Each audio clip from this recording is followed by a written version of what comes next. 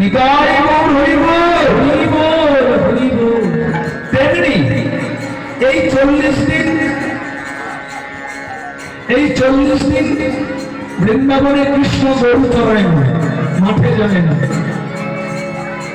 অর্থাৎ বসন্ত পঞ্চমীর দিন নন্দ মহারাজ কৃষ্ণ বলরাম অন্যান্য কৃষ্ণের সভাবৃন্দকে ডেকে বলছে, শোনো বাবা, সারা বছর তো তোমরা গরু চড়াও, মাঠে যাও, সবে শীতটা গেল, আসছে বসন্ত পঞ্চমী, বসন্তকাল এলো, তো তোমাদের এই 40 দিন গরু চড়াতে হবে না।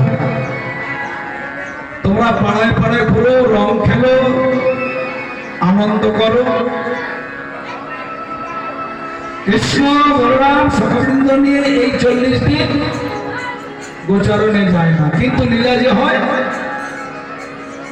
ওই ঘুরতে ঘুরতেই হয়। তো আজকে তিথিটা কি তিথি? আজকে তিথি একাদশী তিথি, তাই তো? ভুল বলছি না তো? আজকে তিথি একাদশী তিথি। আজকের দিনে গৌরী 40 দিনে এক এক ভক্তের বাড়িতে এক এক দিন লীলা করেন। আজকে কোন ভক্তের বাড়িতে লীলা করছে? আজকে গৌরী নাগর পুরুষোত্তম, নাগর পুরুষোত্তম এক ভক্ত, তার বাড়িতে হরিনাম সংকীর্তন করছে। তাহলে এই জায়গাটার নাম কি? আরে জেলিয়াখালিতে পড়ে থাকলে হবে না, ওটা দেহ কথা। আমরা অন্তশ্চিন্তিত সিদ্ধ দিয়ে মানুষে চলে যাবো নবদ্বীপে নাগর পুরুষোত্তমের বাড়িতে। নিতাই গৌর হরি বল, হরি বল।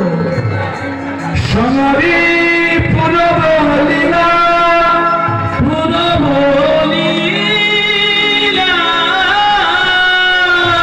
শ্রী গৌরাঙ্গ রায়, শ্রী গৌরাঙ্গ রায়।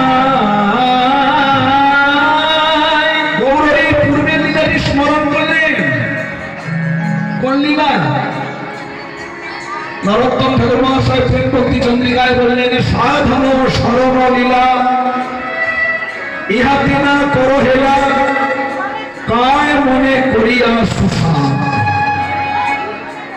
প্রত্যেক জীব, সারা বিশ্ব ব্রহ্মাণ্ডে প্রত্যেকটা জীব সাধনা করছে।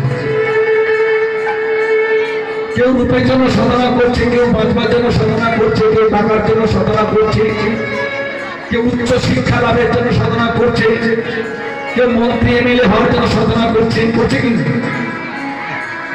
কেউ পাড়ার দাদা মস্তান হওয়ার জন্য সাধনা করছে, কোন না কোন সাধনা করছে। এই সাধনা কিন্তু মানব জীবনের শ্রেষ্ঠ সাধন নয়। সাধন শরণ, স্মরণ করো, দিবারাত্রি মনে মনে চিন্তা করো, একেবারে স্মরণ। সাধন স্মরণ, স্মরণ কি স্মরণ করো? লীলা। কোন লীলা? অযোধ্যা লীলা নয়, দ্বারকা লীলা নয়, বৈকুণ্ঠ লীলা নয়, মথুরা লীলা নয়, বৃন্দাবন লীলা।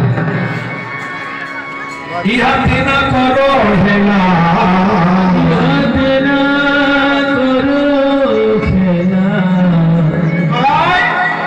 মানে দেহ এবং মন, কায় মনে করিয়া সুষা। মনের উপর বেশি প্রেসার দিতে হবে, মনের উপর লাগান, মনের উপর চাপ। মনকে বেয়াদব মন একটু সুযোগ পেলে এখানে ওখানে ছুটে পাবে, একটু সুযোগ পেলে নাগাল থেকে চলে যেতে চায়, ওকে শাসন করতে হবে। আচ্ছা মায়েরা, বাড়িতে যে ভালো কিছু রান্না হয়, মিষ্টান্ন, পোলাও, বলুন, পিঠাপুলি, বাড়ির সবাই আপন, কিন্তু আপনের মধ্যে তো শ্রেষ্ঠ একজন আপন থাকে, থাকে কি না? প্রিয়জন তো একজন থাকে। ওই প্রিয়জনকে না দেওয়া পর্যন্ত সবাইকে দিচ্ছি, সবাই খাচ্ছে, ওই প্রিয়জনকে না দেওয়া পর্যন্ত কি মনে শান্তি আসে? নিশ্চয়ই। তেমনি এই জগৎ সংসারে আমাদের একটা প্রিয় বস্তু আছে, প্রত্যেকের একটা প্রিয় বস্তু আছে। সেটি কি হলো? সেটি হলো মন। মন হলো সব থেকে একটা সুন্দর বস্তু। যেমন নিজের প্রিয়জনকে না যাওয়া পর্যন্ত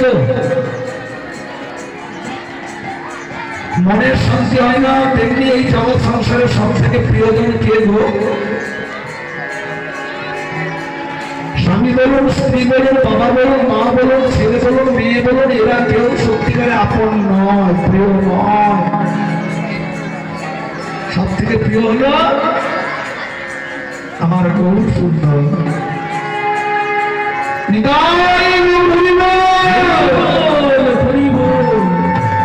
সব থেকে প্রিয়জন হলো আমার কৃষ্ণচন্দ্র রাধানাথ। তাই মহাজন বলছে, এমন অন্য কাউকে দিও না গো।